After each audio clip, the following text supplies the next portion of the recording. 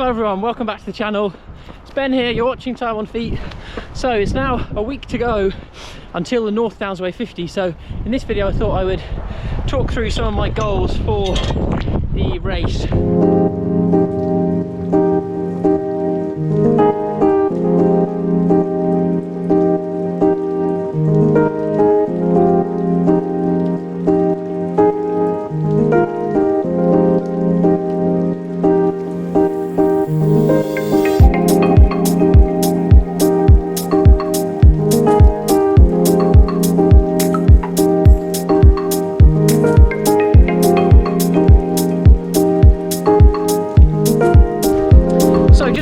A bit of a preview and my goals for next week, I wanted to mention a couple of videos that I found really useful in preparing for the North Downs Way 50.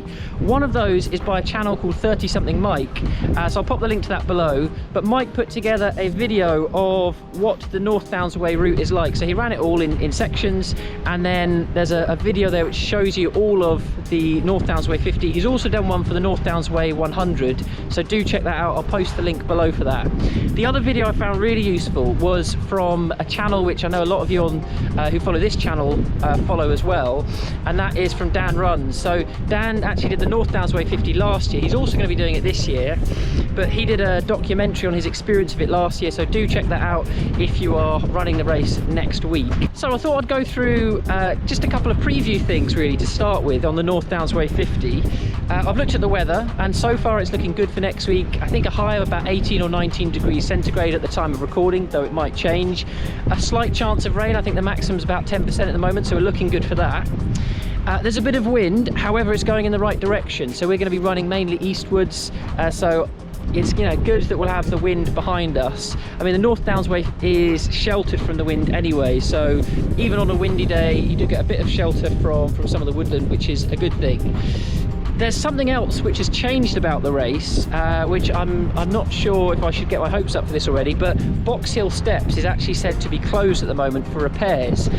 Box Hill Steps is actually the only part that I've really recce'd of the course, so that's something I'll probably change, I think, in the future. If I was going to do my training block again, I would try and get more recce runs in. I only did 2 from Box Hill onwards, and the Box Hill Steps is about halfway into the North Downs Way 50, so around 25 miles in, and it's pretty killer. I've tried it a couple of times and it's very difficult, and I can imagine especially after running for 25 miles. However, they're doing repairs on the steps at the moment, which means that it looks unlikely that the steps are going to be open, and we'll actually be rerouted just around the side of it. And I think, looking at the updated GPX file, it seems like we'll probably have maybe 1,400, 1,500 feet less elevation, which might be a blessing for next week, but I don't want to get my hopes up too much yet. So those are just a few things to bear in mind for next week. So I wanted to think about some possible goals, some things I wanted to set myself for next week, and I think the main goal for me is going to be just to finish. I think that's the key thing. It's my first 50 miler. If I can get a finish there in the cut-off time, so sub 13 hours, then that would be really good. So that would be kind of my C goal for the day. Going up from that, my B goal would be to get sub 10. So if I could get sub 10 hours, I'd be very happy with that. And then my kind of aspirational goal, which I think would be kind of if absolutely everything went well on the day, maybe even miraculously, I don't know how ambitious this is, but that would be to go for sub 9.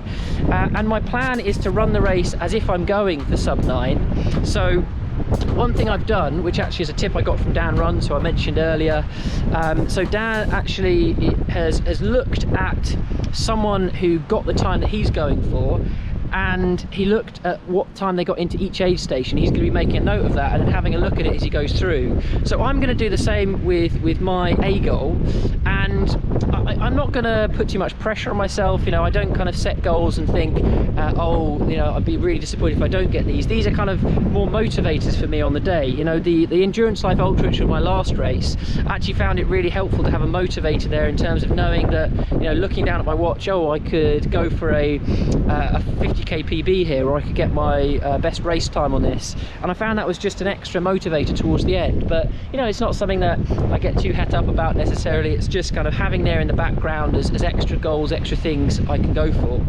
But of course a lot can happen in 50 miles. I've never done this distance before, so if things start to slip away from my A goal, then I'll just adjust to the B goal. If things slip away from that, I'll go for the C goal and just aim for the finish. So you know, I'm going to be flexible on the day. It might be that I get various issues. It could be stomach issues, it could be struggling with the heat, it could be chafing, whatever it is. Hopefully not chafing, that can be pretty grim, but whatever it is, I'm willing to adjust and then, you know, see how I feel on the day. So a couple of other goals besides the kind of time thing and the finishing thing. My other goals really would be to firstly enjoy it. You know, if I can enjoy as much of it as possible, then that would be great. I'm not in any kind of illusion here that it's going to be all smiles and thrills the whole way through. I don't expect it to be. It's a long distance and it's a tricky race. But if I can enjoy lots of it, then that'll be really good. And the other goal would also be, yeah, this was kind of relating to the Endurance Life Ultra actually. So one of the things I was really pleased with that race about was that I managed to have only 4 minutes standing still. So I compared my elapsed time and my moving time, and I recognised there's only about 4.5 minutes difference. So for this race it's longer, but my aim is to try and have no more than 10 minutes stood still.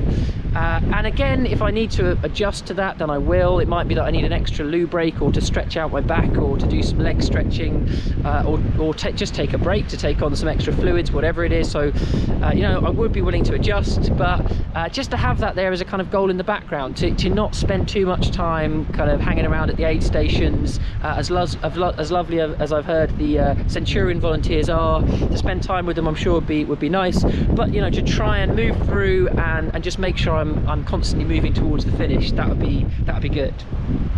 So those are really my key goals. Overall, you know, I'm looking forward to it. I felt good this week. I think last week rather, I was having a bit of kind of yeah, phantom injuries, if you like. You know, the odd niggle here and there, but I think it was just me kind of, you know, easing down into the taper and my body kind of, you know, feeling that yes, you've got a big race coming. But actually I felt pretty good this week. It's not been too heavy in terms of my week. I've done a bit of swimming, so out in the sea here, which is getting warmer, down here in Brighton, which is nice. Done my cycling as well, so a bit of cross training in there besides swimming, and my strength and conditioning stuff as well. So overall it's been really good. So thanks for tuning in, thanks for watching the video, and the next video that I'll be bringing you on the channel is my race day video next week. So thanks for watching everyone, have a good week, and I'll see you all for the North Downs Way 50 next week. So see you there.